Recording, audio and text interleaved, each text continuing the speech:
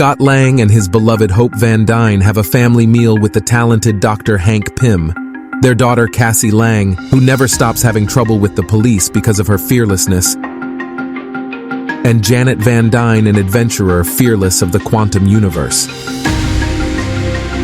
Absorbed by their research, Cassie and Hank decide to reveal their project, a sort of Hubble telescope destined for the quantum realm. The device allows full dimension mapping and works like a walkie-talkie. Scared of sending a message to the subatomic dimension, Janet quickly shuts down the machine. Unfortunately, the signal is picked up,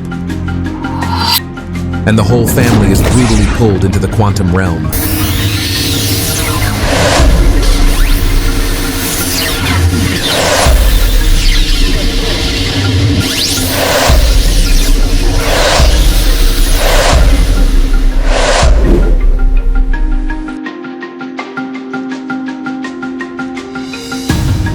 Scott and Cassie discover strange creatures of darkness.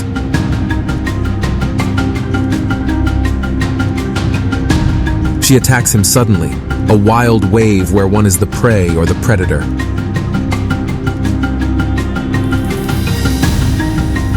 Suddenly, they are saved and captured by natives who seem to be part of an unknown civilization.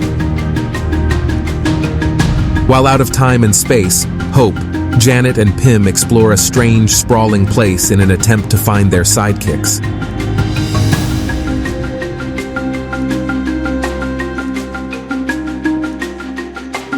A sudden gelatinous offensive targets them, and a duel breaks out with the leader of these mysterious creatures.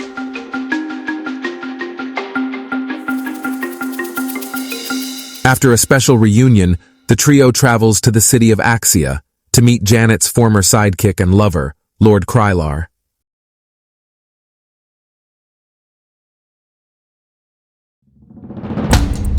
Scott and Cassie meet Gentora and Quaz, the leaders of a rebel group who wish to overthrow the Conqueror, a mysterious individual who wields tyrannical power in the quantum realm. Coming by air on their mounts, they go to an UPE establishment in the area. Janet seems to be a local regular.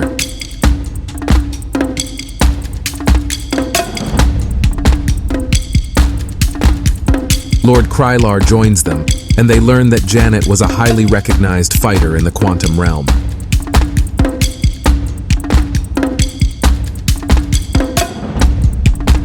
The latter, who now collaborates with the enemy, orders the arrest of the family. As in a disreputable saloon in the far west, shots crackle from all sides. After a sudden and strange struggle, they manage to escape by stealing Krylar's shuttle to rescue Scott and Cassie.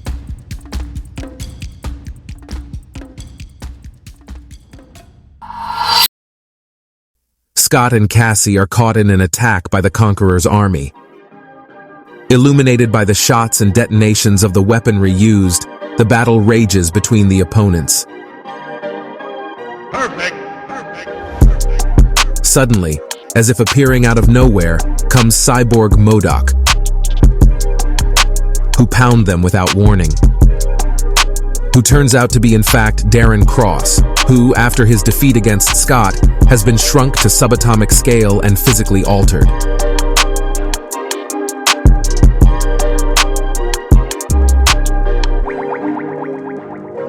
The duo are captured and imprisoned in the Conqueror's fortress. MODOK reveals to Cassie that he tracked her signal to lead them to this dimension. Janet eventually tells Hank and Hope her secret. She wasn't the only person trapped in the quantum realm. She encountered a scientific traveler who had crash-landed after being diverted from its original course. He sailed aboard a ship capable of traveling across the multiverse. Unfortunately, the power source, a sort of multiverse heart, was badly damaged. So he and Janet teamed up to fix it so they could return home. After fixing the heart, Janet, touching the scientist's vessel, gained access to his mind. She has seen him destroy worlds and annihilate streams of time. He was actually a conqueror who called himself Kong. She also discovered that he had not ended up in this dimension by accident. His ship had been sabotaged in order to exile him to the quantum realm, the only dimension from which he would not escape.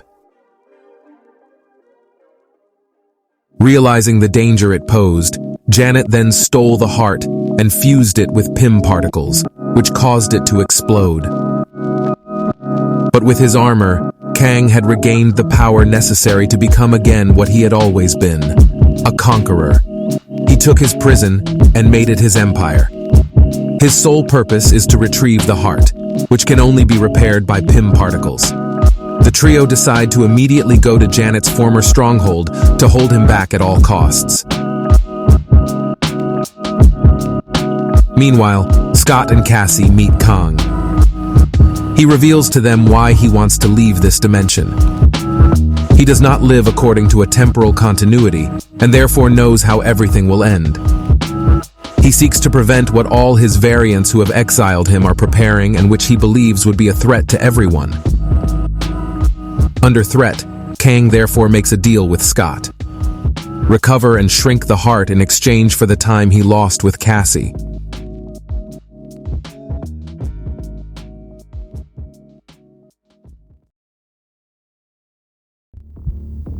Scott then shrinks and plunges into the heart.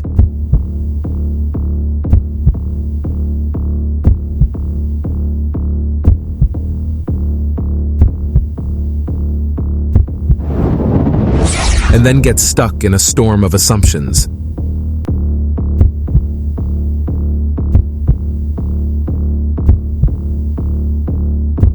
Despite helping each other out with his doubles, Scott can't manage to shrink the heart. He and his innumerable possibilities are like ants and form a human pyramid which rises to the highest.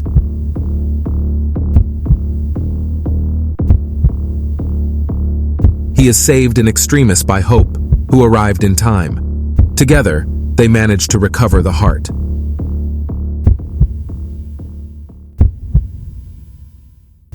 The acolytes, now reunited, confront Kang.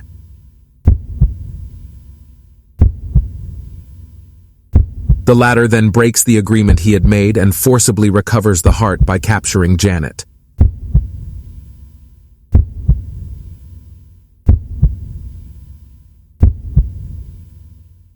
MODOK goes after the ship, causing it to crash.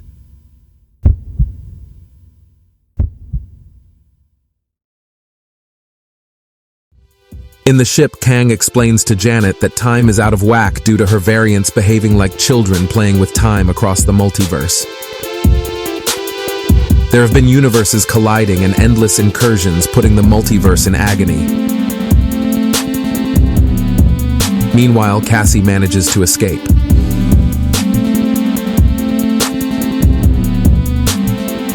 Scott and Hope realize that Hank has managed to find his colony of ants, which had also been dragged into the quantum realm. Hank explains to them that they are the ones who found his trace by crossing a temporal dilation and lived thousands of years in 24 hours. They have reached an unimaginable level of technological and scientific development. At the same time, Cassie manages to free Jentora. Surprised by the guard, she discovers a remarkable aptitude for combat.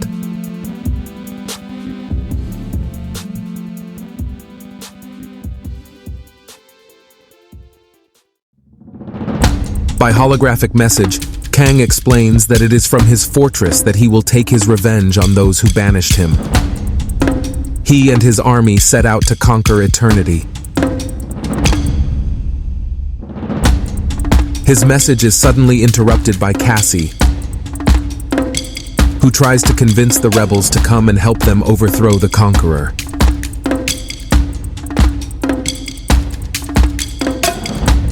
The latter orders MODOK to kill her.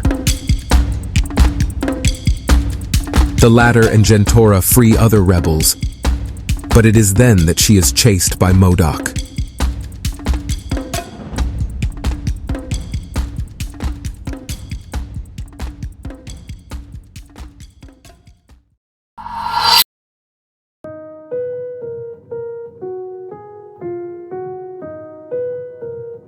Kong initiates the launch sequence, but Scott comes in with gigantic size.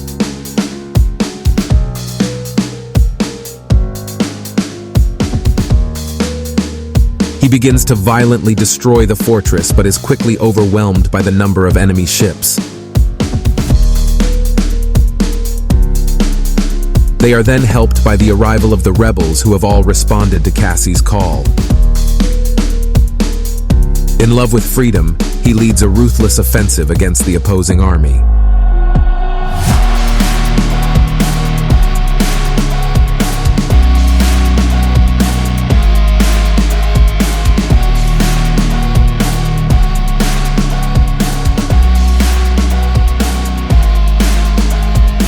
The latter also becomes gigantic,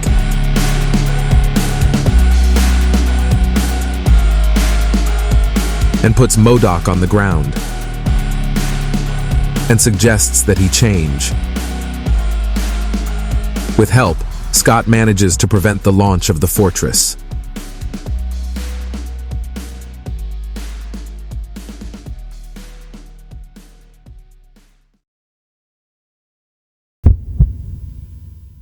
Kang decides to intervene in person and eliminates many rebels.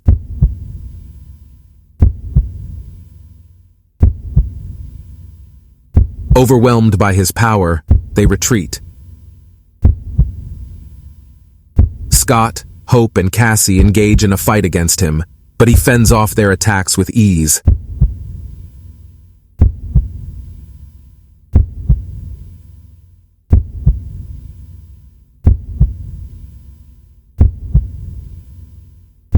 That's when Hank arrives with a huge army of ants.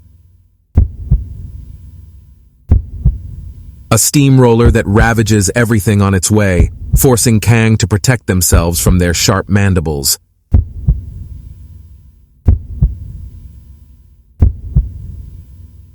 MODOK arrives in turn and turns against Kang. He breaks Kang's energy shield, and the latter is immediately attacked and carried away by the flow of ants.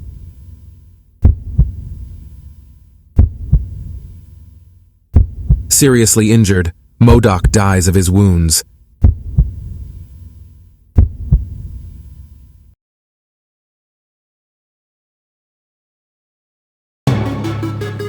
Janet takes control of the dash of the fortress and uses the heart to create a portal leading to Earth.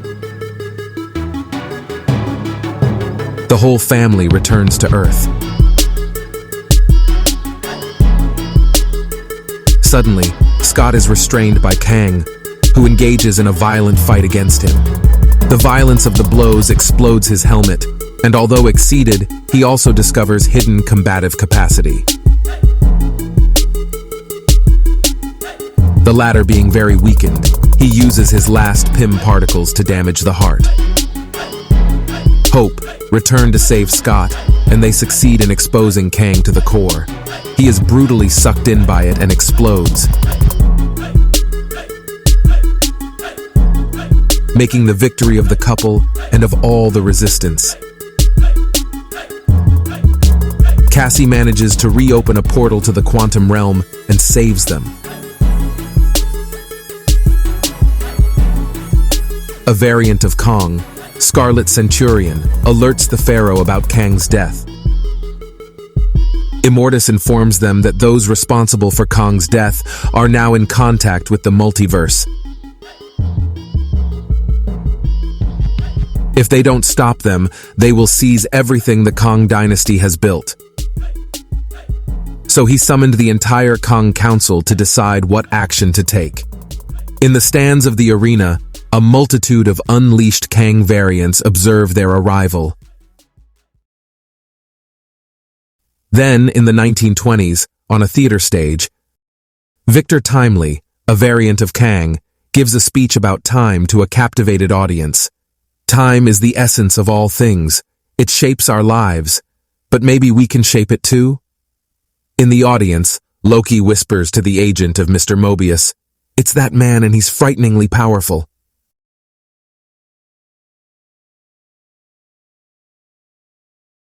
Thank you for enjoying this exciting film with us. Don't forget to subscribe and activate the bell. See you soon on Storytime.